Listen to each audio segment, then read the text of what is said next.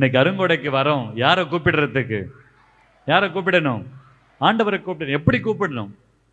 எப்படி கூப்பிடணும்?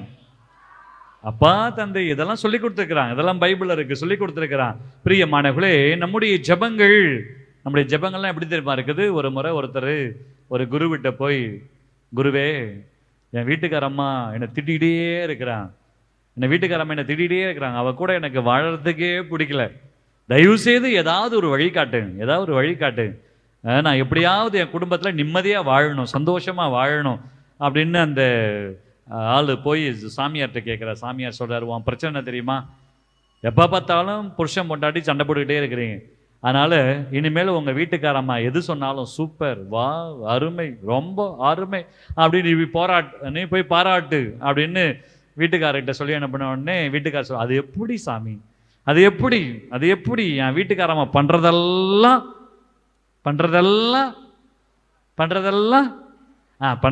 தப்பு, பண்றதெல்லாம் வில்லங்கம், அப்படி இருக்கும்போது எப்படி போய் அவளை பாராட்டுறது? அவ பண்றது தப்பே இருந்தாலும் சரி, ஏய் அங்க பாரு, அங்க என்னது காக்கா எப்படி இருக்குது? வெள்ளையா இருக்குன்னா ஆமா ஆமா ஆமா ஆமா ஆமா ஆமா வெள்ளையா இருக்குன்னு சொல்லு. முயல் அங்க பாரு, அதுக்கு எத்தனை காலு? 4 காலா? 3 கால்னு சொல்லுவா. அப்படின்னா ஆமா ஆமா ஆமா 3 கால். அதை கரெக்டா தலையாட்டு. அவ என்ன சொல்றாளோ அதுக்கெல்லாம் தலையாட்டு. அப்பதான் உன் குடும்பத்துல சந்தோஷம் வரும். அதுக்கப்புறம் அவ என்ன செஞ்சு கொடுத்தாலும் சூப்பர் சூப்பர் சூப்பர், வா, வண்டர்ஃபுல், அதிசயம், அற்புதம், இது போல நான் பார்த்ததே இல்லை, அது மாதிரிலாம் நல்லா அப்படியே அள்ளி விடு. அப்போதான் உங்க வீட்டுக்கார அம்மா அப்படியே குளிர்ந்து அப்படியே அதுக்கப்புறம் அத்தான் என் ஆசை மச்சான் அப்படியே கட்டி பிடிச்சிப்பாங்க. அதுக்கப்புறம் நீங்க 2 பேரும் சந்தோஷமா வாழலாம் அப்படின்னு சொல்லி வீட்டுக்கு அனுப்புறார். இவரு கனவு கண்டுட்டு வீட்டுக்கு வர்றார். அடுத்த நாள் காலையில இந்த அம்மா இட்லி, சட்னி, சாம்பார்லாம் கொண்டாந்து வைக்கிறான். இந்த வீட்டுக்காரர் என்ன பண்றாரு, என்னாடி இந்த இட்லி மல்லிகைப்பூ இட்லி மாதிரியே இருக்குது அப்படின்னு சொன்ன உடனே அந்த அம்மா, ஐயோ என் அத்தான்னு கட்டி பிடிப்பாருன்னு நினைச்சார். ஆனா அந்த அம்மா முறைக்கிறான், இது என்னடி சட்னி, ஐயோ அப்படியே ஜிஆர்பி நெய் மணலாய் வர்றது போல அப்படியே சூப்பரா இருக்குடி அப்படின்னு இந்த அம்மாவுக்கு இன்னும் கோவம் வருது. ஐயோ இது என்ன சட்னி, புதினா சட்னியா, தக்காளி சட்னி, அது சாம்பாரா? இல்ல சாம்பார் இல்ல, இது அமிர்தம் அப்படின்னு சட்டியை தூக்கி தலைமையில கொட்டி விட்டு, ஏன்யா இத்தனை நாள் நான் சமைச்சப்ப உனக்கு அமிர்தமா தெரியல, இன்னைக்கு தலைவலிக்குதுன்னு பக்கத்து வீட்டுக்காரர்கிட்ட வாங்கியாந்து கொடுத்தேன், அவ செய்யறது மட்டும் உனக்கு இனிக்குதா, அவ செய்யறது மட்டும் உனக்கு அமிர்தமா அப்படின்னு அவனே உனக்கு தேவையான்னு சொல்லி வச்சு கும்முறுன்னு கும்முறனால. பிரியமானவர்களே, நம்ம பிரதர் இன்னைக்கு அருமையா முன்னுரை கொடுத்தார். இன்னைக்கு நம்ம ஜபங்கள்லாம் எப்படி தெரியுமா? யாரோ ஜபிக்கிற மாதிரி பார்த்தீங்கன்னா இன்னைக்கு நம்ம மக்கள்லாம் அப்படியே பார்த்தீங்கன்னா இன்னைக்கு 4 மாவாடியில் போய் அங்கே தான் அப்படியே நிறைய பேர் அங்கே ஓடுவான். ஒரு சில பேர்லாம் பார்த்தீங்கன்னா திருச்சியிலேருந்து சோகத்தூர் போடுவாங்க, அங்கே தான் அப்படியே. இல்லை ஒரு சில பேர்லாம் பெர்க்மான்ஸ் பார் வந்துட்டாருன்னா அவங்கவுங்களுக்கு கடவுள் ஒரு ஜபத்தை கொடுத்துருக்கிறார். ஒவ்வொருத்தருக்கும் ஒரு ஸ்டைல் இருக்கு. நீங்கள் உரிமையோடு உங்கள் அப்பாவை கூப்பிடுகிற போது உங்கள் ஒவ்வொருத்தருக்கும் ஒரு டெக்னிக் இருக்கு. நம்ம பிள்ளைங்களுக்கெல்லாம் தெரியும், அப்பாவை எப்படி தட்டுனா அப்பா எப்படி நமக்கு சப்போர்ட் பண்ணுவார், அம்மாவை எங்க தொட்டா, அம்மாவை எப்படி கூப்பிட்டா அம்மா உடனே கொடுப்பாங்க, நம்ம பிள்ளைகளுக்கு தெரியும். பிள்ளைங்க கிட்ட கத்துக்குங்க. அந்த பிள்ளைங்க நல்ல டெக்னிக்கா ஃபாலோ பண்ணுவான். ஒரு சில நேரத்தில் ஒரு பையன் அப்படித்தான் அப்பா கிட்ட போய், எப்பா இங்க பாரு, உன் ஆளை ஒழுங்கா வச்சுக்க, எல்லாம் நடக்கிறதே வேற. என்னது உன் ஆளை ஒழுங்கா? யாரா என் ஆளு? அதான் என் அம்மா, ஆளை ஒழுங்கா வச்சுக்க அப்படின்னு இன்னைக்கெல்லாம் நம்ம பிள்ளைங்க அப்படிதான் இருக்குது. ஆக இன்னைக்கு இந்த உலகத்துல நமக்குன்னு ஒரு சில வழிமுறைகள், ஒரு சில டெக்னிக் இருக்கு.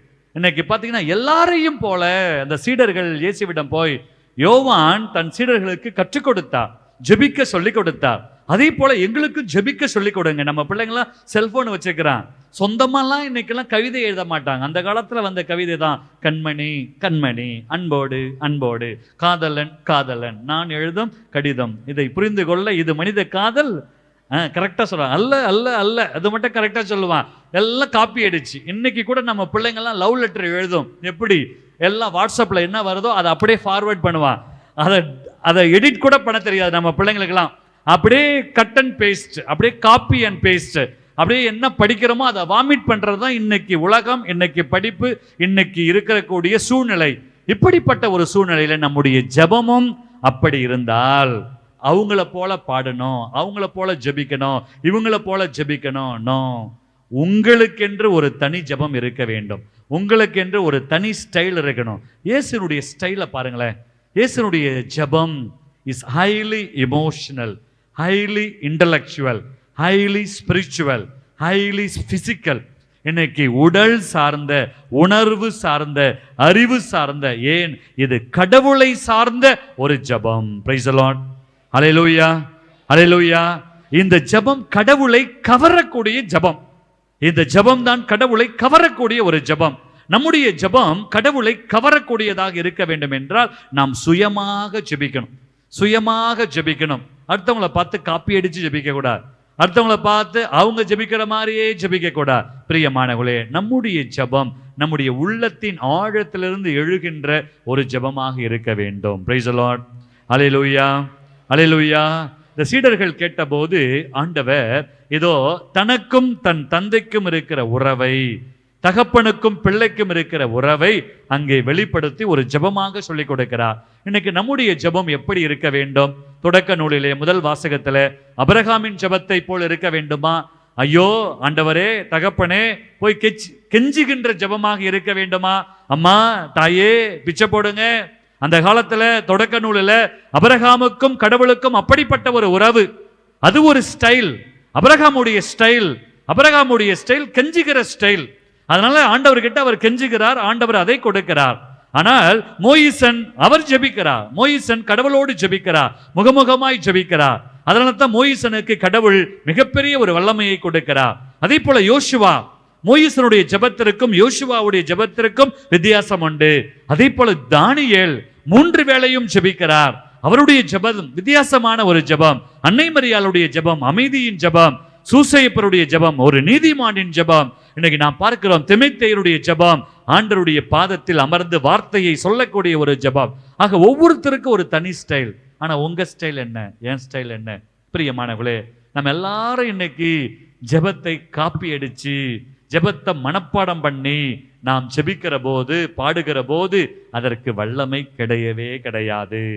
நம்முடைய ஜெபம் உள்ளத்தின் ஆழத்திலிருந்து எழுகிற போது, ஒரு பிள்ளை தன் தகப்பனிடம் உரிமையாக கேட்கிற போது நாம் அந்த ஜெபத்திற்கு பதில் உண்டு. பிரியமானவர்களே, நற்செய்தியிலே 2 எடுத்துக்காட்டுகளை இன்னைக்கு நாம் பார்க்கிறோம். ஒரு நண்பன் எப்படி உரிமையோடு நண்பனிடம் கேட்கிறான், அதை பெற்றுக்கொள்கிறான். நண்பன் என்னாலே தொந்தரவு தான். அது ஒரு நண்பனுக்கான ஒரு ஜெபம். ஆக பிள்ளைக்கும் பெற்றோருக்கான ஒரு ஜெபம் எப்படிப்பட்ட ஒரு ஜெபம் என்று ஆண்டவர் சொல்லுகிற போது 4 உருவகங்களை கொடுக்கிறார். முதல் உருவகம் 1 மீன், இன்னொன்னு பாம்பு. 1 2 1 2 2 2 2. நம்மளாம் ஒன்னா ரெண்டா? நிறைய பேர் யோசிக்கிறோம், இப்படிலாம் கேட்டால் நாங்கள் எப்படி ஃபாதர் பதில் சொல்றது? இங்க உட்கார்ந்து இருக்கிறது நிறைய பேர் மீனா பாம்பா? மீன். எப்படிமா மீன்? நாங்களாம் நீந்தி போயிடுவோம் ஃபாதர். அமல் ஃபாதர் வந்த உடனே, ஐயோ அமல் ஃபாதர் உங்களை மாதிரி ஒருத்தர் யாருமே கிடையாது. அந்த பக்கம் ஜூலியன் ஃபாதர் பார்த்தா, ஐயோ உங்களை போற உலகத்துல யாருமே கிடையாது. திரும்ப இந்த பக்கம் சந்திரன் ஃபாதர் வந்தாரு, ஐயோ சந்திரனே சூரியனே உங்களை விட தெய்வம் உலகத்துல யாருமே கிடையாது. இந்த பக்கம் ஆல்பர்ட் ஃபாதர் பட, ஐயோ ஃபாதர் நீங்க போனதுக்கு அப்புறம் அருங்கொடையே இல்லை ஃபாதர். இன்னைக்கு பார்த்தா இது மாதிரி ஆட்கள் தான் மீனை போல இவங்கெல்லாம் இன்னைக்கு ஜெபிக்க கூடியவர்கள். ஆனா இன்னைக்கு பாத்தீங்கன்னா அப்படியே கழுவுற மீன்ல நழுவுற மீன். இப்படிப்பட்ட மீனை ஆண்டவர் சொல்லல. உங்க மீன் பாம்பு. ஏன் பாம்பு சொல்லுங்க பாப்போம்? பாம்பு என்னது? பாம்பு கரெக்ட். பாம்புன்னா சாத்தான். இன்னைக்கு பாம்புன்னா சாத்தான். இன்னைக்கு இந்த 2 விஷயத்தை முதலாவதாக ஆண்டவர் சொல்கிறார். 1 மீன், இன்னொன்னு பாம்பு. பிள்ளை தகப்பனிடம் மீனை கொடுங்கப்பான்னு கேட்கிறான். மீன்னா அந்த காலத்துல ஜூவிஷ் ட்ரெடிஷன்ல வெரி டேஸ்டி ஃபுட். நம்ம பிள்ளைங்களுக்கு எப்படி பிரியாணியோ, எப்படி சிக்கன் 65யோ, KFC சிக்கன் அல்லது பீஸாவோ, அது போல மீன் தான் அவங்களுக்கு வாழ்வாதாரம். மீன் என்றால் உயிர், மீன் என்றால் வாழ்வாதாரம். மீன் தான் அவர்களுக்கு உயிர். அப்ப உயிரை கேட்கிறான் பிள்ளை. போய் தகப்பனிடம் உயிரை கேட்கிறான். எனக்கு உயிர் கொடுங்கப்பா அப்படின்னு உயிர் கேட்கிறார். அதான் அர்த்தம், விவிலி அர்த்தம். ஆனால் பிள்ளை போய் தகப்பனிடம் உயிரை கேட்கிறான். ஆனால் தகப்பன் அங்கே பாம்பு என்றால் மரணம், விஷம், சாவு, இன்னைக்கு சூழ்ச்சி. ஆக தகப்பன் சூழ்ச்சியை கொடுப்பானா? மரணத்தை கொடுப்பானா? மோனே சாவிடா சாவிடா அப்படின்னு எந்த தகப்பனாவது பிள்ளையை அடித்து கொள்ளுவானா? இன்னைக்கு இருக்கிற தகப்பன் அடிச்சு கொள்ளுவான், ஆனா உண்மையான தகப்பன் செய்ய மாட்டார். பிரியமானவர்களே, ஒரு தகப்பனிடம் பிள்ளை போய் மீனை கேட்டால் எந்த தகப்பனாவது பாம்பை கொடுப்பாரா? கொடுக்கவே மாட்டார். மீன் என்பது வாழ்வு, மீன் என்பது உயிர், மீன் என்பது ஜீவன். ஒரு தகப்பனிடம் ஒரு பிள்ளை என்ன கேட்க வேண்டும்? ஜீவனை கேட்க வேண்டும்.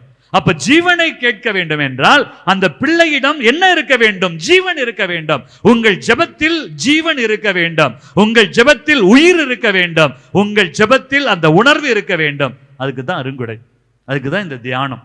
நீங்கள் உணர்வுகளோடு உங்கள் வாஞ்சையோடு நீங்கள் ஜெபிக்கிற போது, ஜான் மரிய வியானி சொல்லுவா, இப்படிப்பட்ட வாஞ்சையுள்ள ஜெபம்தான் கடவுளை கவரக்கூடியது. நீங்க காப்பி அடிச்சு அவங்கள போல இவங்கள போல ஜெபித்தீர்கள் என்றால் உங்களுடைய ஜெபம் ஒருபோதும் கேட்கப்படாது. எனவே தான் திருப்பாடல் 17:6 இறைவா நான் உம்மை நோக்கி மன்றாடுகிறேன். என் குரல் வேற, உங்க குரல் வேற, என் ஸ்டைல் வேற, உங்க ஸ்டைல் வேற. உங்களுக்கு எப்படி ஆண்டவரை கூப்பிட முடியுமோ அப்படி கூப்பிடணும். பிரியமானவர்களே, விடுதலை பயண நூலிலே நாம் பார்க்கிறோம் இந்த இஸ்ரவேல் மக்கள் எப்படி ஜெபிக்கிறார்கள். இந்த இஸ்ரவேல் மக்கள் எப்படி ஜெபிக்கிறார்கள்? மோயிசன் கிட்ட போயிட்டு புலம்பிக்கிட்டே இருப்பாங்க. மோயிசன் கிட்ட போயிட்டு, யோ எதுக்குயா எங்களை கூட்டிட்டு வந்த? எங்க கட்டு சோறு தீர்ந்து போச்சு, நீ மன்னாவை வாங்கி கொடுத்த, அப்ப பசி மன்னாவை தின்னோம், எங்க நாக்கு செத்து போயிடுச்சு. திரும்ப போய் மோயிசன் கிட்ட, ஐயோ மோயிசனே எங்க பிள்ளைகள் எல்லாம் கொல்றதுக்காக கூட்டிட்டு வந்த, எங்க நாக்கு செத்து போயிடுச்சு, கொஞ்சம் நான் வெஜிடேரியன் கொடுப்பா அப்படின்னு கேட்கிறாங்க. காடையை வாங்கி கொடுக்கிறா, நல்லா தின்றாங்க. உப்ப தின்னவன் தண்ணி குடிச்சா நல்லா விக்குது. அப்புறம் போய் மோயிசன் போய், ஐயோ நாங்கெல்லாம் சாக போறோம் மோயிசனே, நாங்கெல்லாம் சாக போறோம், தண்ணி வேணும்யா தண்ணி. உடனே மோயிசன் ஜெபித்து தண்ணீரை பெற்றுக் கொள்கிறார். இப்படி பிரியமானவர்களே, இந்த மக்கள் அந்த 40 ஆண்டுகள் பாலைவனத்துல பயணம் செய்த போது தங்கள் தேவைக்காக மோயிசனிடம் போய் முறையிட்டார்கள், மோயிசனிடம் போய் புலம்பினார்கள், மோயிசனிடம் போய் அழுதார்கள். அழுது அழுது அழுது அழுது அவர்கள் ஜெபித்தார்கள். அல்லேலூயா அல்லேலூயா அல்லேலூயா. பிரியமானவர்களே, அழுது அழுது ஜெபிக்கிறார்கள். அப்போ ஆண்டவரும் கொடுத்துக்கிட்டே இருந்தார். அதுக்கப்புறம் ஒரு கட்டத்தில் வாக்களிக்கப்பட்ட கானான் தேசத்துக்கு போயிட்டு அந்த மக்கள் மீண்டுமா என்ன செய்தார்கள்? அழுதார்கள். ஆண்டவர் என்ன சொன்னார்? உங்களெல்லாம் வெட்டி கொண்டு போட்டுருவேன், உங்களெல்லாம் வெட்டி கொண்டு போட்டுருவேன், உங்களெல்லாம் வெட்டி கொண்டு போட்டுருவேன் ஆண்டவர் சொல். ஏன் எப்ப பார்த்தாலும் அழுது அழுது அழுது புலம்பிக் கொண்டிருக்கிறீர்கள்? அது எங்கே ஜெபிக்க வேண்டிய ஜெபம்? அது பாலைவனத்தில், அங்கே நீங்கள் அழுதீர்கள். அது அழக்கூடிய இடம், அங்கே அழுதீர்கள், அங்கே ஜெபித்தீர்கள், உங்கள் ஜெபத்தை நான் கேட்டேன். இது எப்படிப்பட்ட இடம்? இது பாலும் தேனும் பொழிகின்ற கானான் தேசம். இந்த கானான் தேசத்தில் நீங்கள் எப்படி ஜெபிக்க வேண்டும்? அழுது புலம்பி ஜெபிக்கணுமா? அழுது புலம்பி ஜெபிக்கணுமா? ஆர்ப்பரிப்போட ஜெபிக்கணும், ஆர்ப்பரிப்போட ஜெபிக்கணும். பவுலடியார் சொல்லுவார், பிலிப்பியர் திருமுகத்துல, வீட்டுக்கு போய் வாசிங்க, இப்ப திருப்ப வேணாம், நேரம் இல்லை. அங்கே பவுலடியார் பிலிப்பியர் திருமுகத்துல சொல்லுவார், நீங்கள் எப்படி ஜெபிக்கணுமா? நீங்கள் மகிழ்ச்சியோடு திருப்பாடல்களை வாசித்து தியானித்து, அங்கே பிலிப்பியர் திருமுகத்துல கடைசியாக சொல்லுவா, நீங்கள் எப்படி உங்களுடைய ஜெபம் இருக்கணும்? நீங்கள் கண்ணியமான ஜெபமாக, பாராட்டுதற்குரிய ஜெபமாக, விரும்பத்தக்கக்கூடிய ஜெபமாக, உன்னதமான ஒரு ஜெபமாக, உண்மையான ஜெபமாக, உயர்த்தக்கூடிய ஜெபமாக 8 வழிகளிலே பவுலடியார் அங்கே சொல்லுவார். இறுதியாக உங்களுடைய ஜெபம் ஒரு உண்மையான ஜெபமாக, உயர்ந்த ஜெபமாக, உங்களுடைய ஜெபம் ஒரு விரும்பத்தக்க ஜெபமாக, பாராட்டுதற்குரிய ஜெபமாக அங்கே இருக்கிற போதுதான் கடவுள் உங்களை ஏற்றுக்கொள்வார். ஆக வாக்களிக்கப்பட்ட தேசத்துல அவர்கள் மகிழ்ச்சியோடு, உரிமையோடு, பாசத்தோடு அவர்கள் கேட்க வேண்டும். ஆகவே there is a style in the prayer. இன்னைக்கு நம்முடைய ஜெபத்திலே நாம் உயிரோடு ஜெபிக்கணும், உணர்வோடு ஜெபிக்கணும், நம்முடைய உணர்வுகளோடு ஜெபிக்கணும். பிரியமானவர்களே, அப்பதான் ஆண்டவர் சொல்லுவார், உங்கள் தேவையை குறித்து பரம தந்தையின் மனநிலைக்கு ஏற்ப, அங்கே நீங்கள் அந்த பாலைவனத்திலே நீங்கள் பரிதவித்துக் கொண்டிருந்தீர்கள், அங்கே அழ வேண்டிய நிலை, அழுதீர்கள். இங்கே நீங்கள் மகிழ்ச்சியோடு கேட்கணும். அப்போ இன்னைக்கு ஆண்டவர் சொல்கிறார் பாருங்கள், நீங்கள் உங்கள் சூழ்நிலையில, உங்களுடைய தேவையின் மத்தியில, குடும்பத்துல சந்தோஷமாய் இருக்கிற போது சந்தோஷமாய் ஜெபியுங்கள். துயரத்தில் இருக்கிற போது துக்கத்தோடு ஜெபியுங்கள். பாரத்தில் இருக்கிற போது பாரத்தோடு ஜெபியுங்கள். நீங்கள் கடினமான உள்ளத்தில் இருக்கிற போது கடினமான உள்ளத்தோடு ஜெபியுங்கள். ஆகவே உங்கள் மனநிலையில் நீங்கள் ஆண்டவரிடம் குரலை எழுப்புகிற போது நிச்சயமாய் அவர் உங்களுக்கு பதிலை கொடுப்பார். Praise the Lord. Hallelujah, hallelujah. அப்ப இனிமேல் எப்படி ஜெபிப்பீங்க? இனிமேல் எப்படி ஜெபிப்பீங்க? இயேசு கிறிஸ்துவை போல, இயேசு கிறிஸ்துவை போல. சீடர்கள் கேட்டபோது இயேசு கிறிஸ்து தன்னுடைய பாணியில, தன்னுடைய உறவு, தகப்பனுக்கும் பிள்ளைக்கும் உள்ள உறவு எப்படி இருந்துச்சோ அதைத்தான் என் தகப்பன் மீனை கேட்கிற போது பாம்பை கொடுக்காத தகப்பன், என் தகப்பன் முட்டையை கேட்கிற போது, முட்டை என்பது முழுமையை குறிக்கிறது. முட்டை என்பது ஒரு கருவை குறிக்கிறது. முட்டை என்பது ஒரு மனிதனுடைய நிறைவை குறிக்கிறது. என் தந்தை நிறைவானவர். அப்படி நிறைவை கேட்கிற போது அந்த தேள் ஒரு விஷம் உள்ளது, விஷமி. அந்த தேளை கொடுக்க மாட்டா. என் தந்தை என் தேவை என்னவோ, என் தேவை என்னவோ அதை அறிந்து கொள்ளுகிற தந்தை, அதை புரிந்து கொள்ளுகிற தந்தை. அந்த தந்தையிடம் போய் அப்பா, அப்பா, விண்ணுலக இருக்கிற என் தந்தையே, அப்பா ஃபாதர், அப்பான்னு சொன்னாலே போதும். எரேமியா புத்தகம் 3:19 இதைத்தான் எரேமியா சொல்லுகிறார். ஒரு முறையாவது என் தந்தையே என் அப்பா என்று நீ சொல்லுகிற போது உன் உணர்வுகளோடு, உன் உடல் உணர்வுகளோடு, உன்னுடைய ஏக்கங்களோடு, உன்னுடைய எதிர்பார்ப்புகளோடு அந்த தகப்பனை நோக்கி உன் உள்ளத்தை, உன் உணர்வுகளை, உன்னுடைய தாகத்தை, உன்னுடைய வாஞ்சையை நீ எழுப்புகிற போது என் ஆண்டவர் நிச்சயமாய் பதில் கொடுப்பார். ஆகவே உங்கள் உணர்வுகளோடு, உங்கள் சிந்தைகளோடு, உங்களுடைய தேவைகளோடு, உங்களுடைய வாஞ்சையோடு, பாரத்தோடு, உங்களுடைய உடல் மன ஆசைகளோடு நீங்கள் கடவுளையிடம் அப்பா என்று அந்த ஒரு வார்த்தை சொன்னாலே போதும். ஆண்டவர் உங்கள் விண்ணப்பத்தை கேட்பார், உங்கள் ஜெபத்தை கேட்பார்.